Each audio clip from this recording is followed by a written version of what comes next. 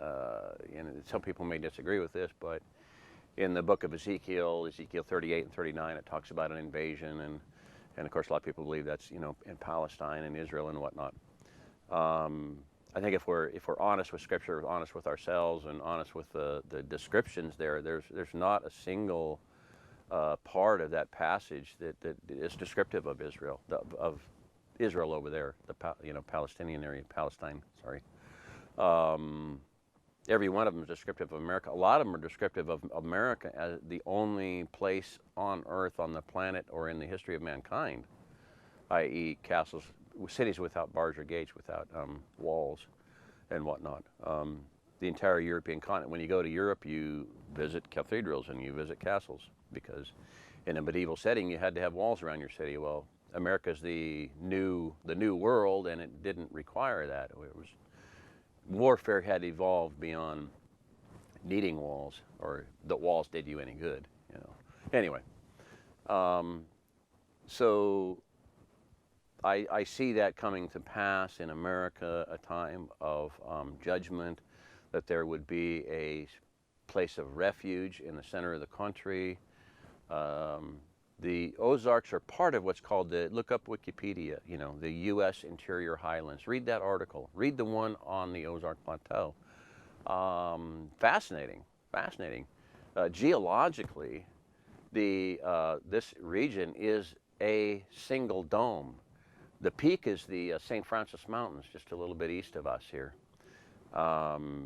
At one time, geologists believe or say that the evidence shows that it was an island for a long period of time. That's an interesting thought. There's actually a coral reef around it. It was an island, a single solitary island. So you have the question of, well, what if? What if ocean levels rise again? Well, I believe, my contention is, you look at it, if you look at the continental United States from Google Earth at about anywhere from 300 to 20,000 miles out, there's one geometrical shape immediately visible, and that is, like I said, a rhombus. A rhombus means a spinning top, but it's actually the shape in simple terms. I initially saw it as a parallelogram, but it's actually a diamond.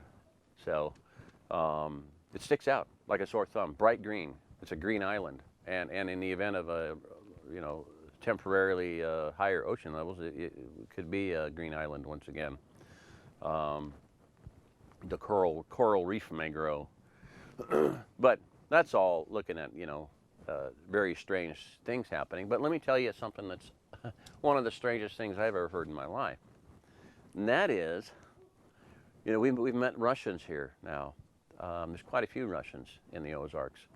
And I'm not talking Russian troops. Oh, there's Russian troops. Yeah, okay. Yeah, they're in Denver and they're in Colorado. They're, you know, they're everywhere, maybe, especially in Washington and whatnot.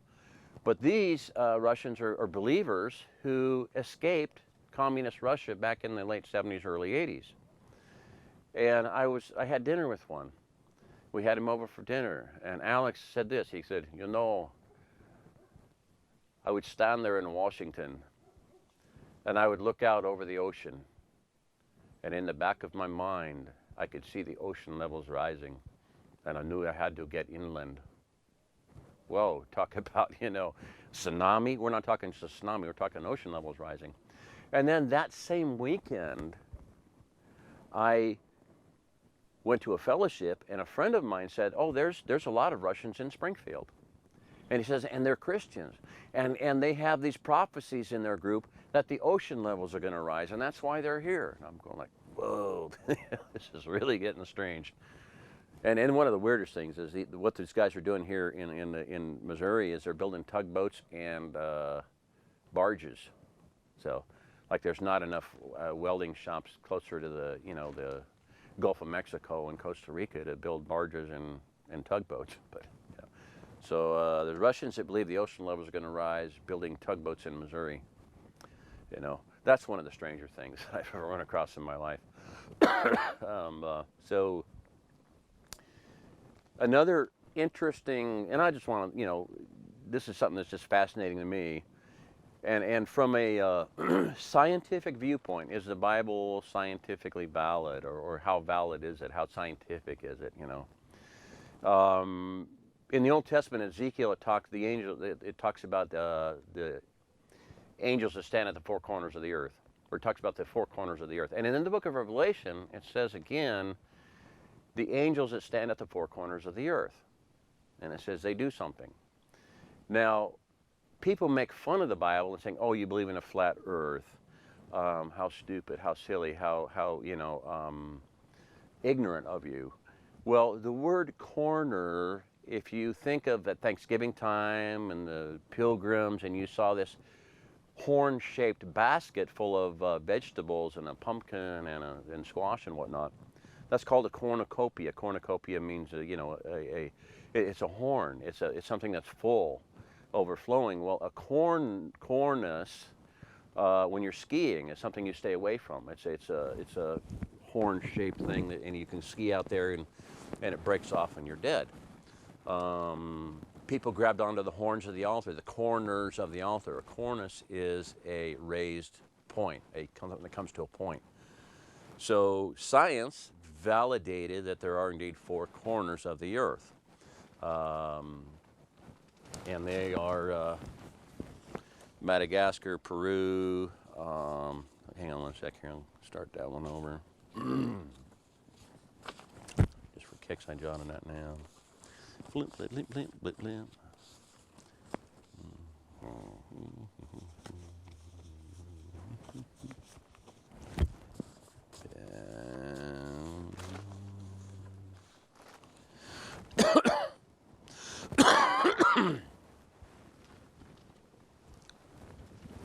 And these raised places, the four corners, there are indeed four corners of the earth where the ocean levels are corniced or raised up. One of them, the four are the Philippines, Ireland, Peru, and Madagascar, where there's raised places. And we're talking raised or corniced areas. We're talking thousands and thousands of square miles of water where the oceans are higher. It's 200 to 300 feet. And the reason that those areas of the ocean are higher is because of the prevailing winds. The winds push the water up. There's also four low areas, and those four low areas, one is Antarctica, one is off Madagascar in the Indian Ocean, I believe, and the other two, oddly enough, one is off the coast of Florida and one is off the coast of California. Now, this is a big planet.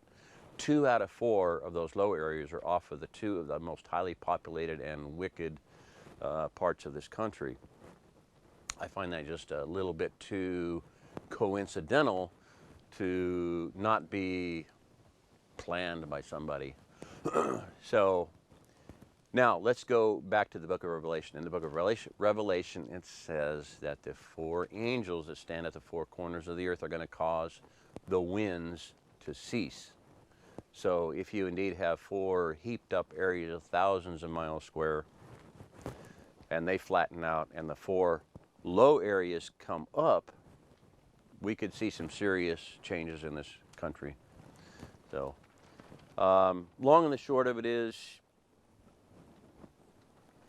there's a lot of people homesteading across this country. There's a lot of people trying to be as independent of the system as possible to be off-grid.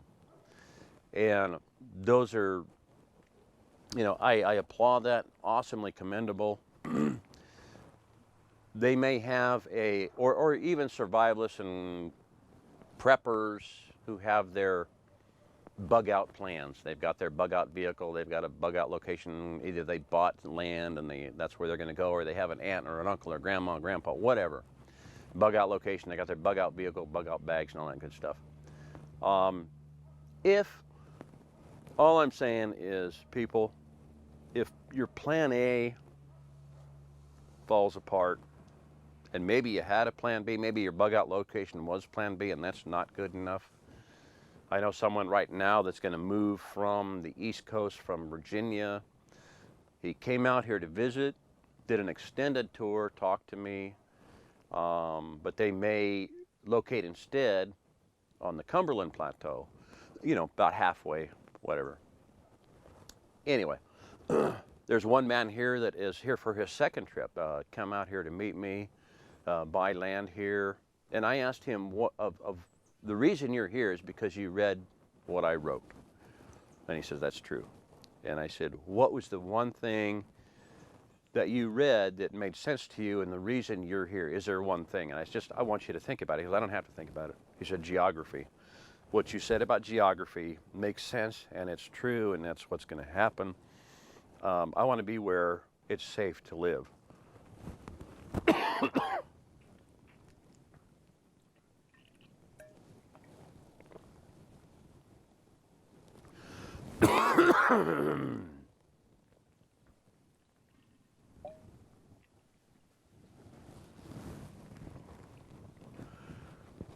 And I've gone around and around the question of, plan A, plan B. I've been castigated and whatever on a lot of groups I've written nationally to as big an audience as I can. And long and the short of it is, all I've got to say is, I hope that things turn out well for, everybody that has done what they can to be prepared for what's coming. I, hope and pray that things, that if you do have to make a change in your life, that you're able to make that change, in a manner that is, sustainable or workable for your family. But what I've basically come down to over the years is that as I've gotten in different discussions with different people and they've disagreed with me, all I'm going to say is this, as far as this U.S. interior highlands, the Ozark Plateau, the U.S. Navy tells people to retire here, Pentagon, CIA, whatnot. But all I'm going to say is that as things progress, if your plan A goes by the wayside and you had a plan B, if that goes by the wayside and, you're whatever's happening, at least keep in mind that you need, and it'll be obvious. To me, I think it'll be obvious. You need to go inland. You need to go to where there's food, where there's people who have for decades been preparing for this point in time. And that's the truth of it.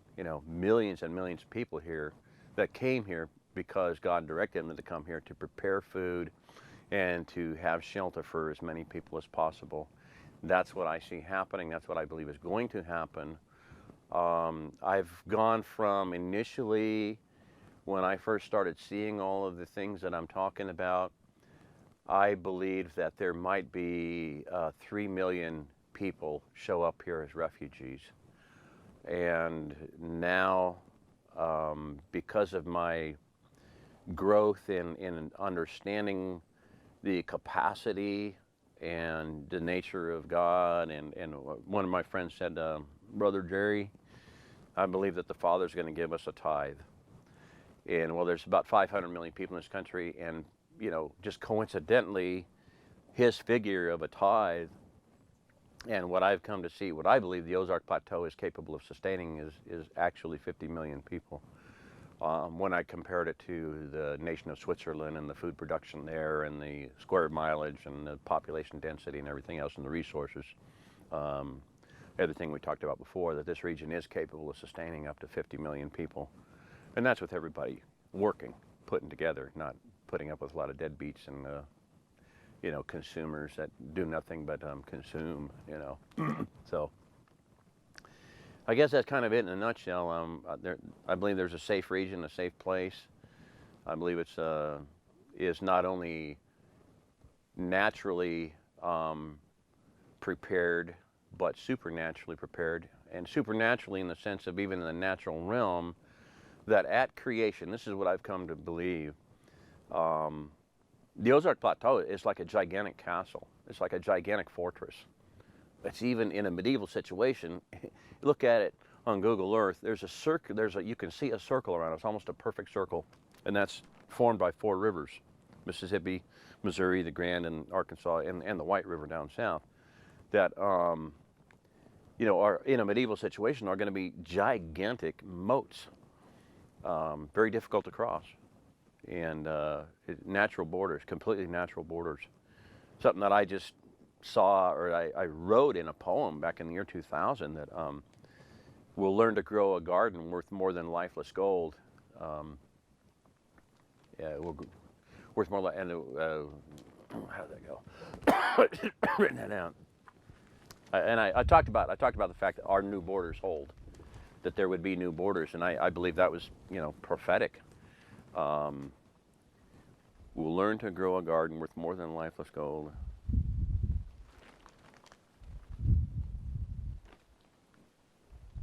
Anyway, have to look that one up. But you know, I'll just say this. Yeah, I wrote a poem back when about, you know, gardening and a need for gardening, and that it would be worth more than lifeless gold. And I actually spoke about our new borders hold, that this region, and I didn't even see back then this region per se, but I just really was led to write that. And now I'm seeing, yeah, there's natural borders here, rivers and mountains and whatnot, form a natural barrier in a, like I said, in a medieval type of a situation, which we may very well degenerate into. So I would say that's about it in a nutshell. So.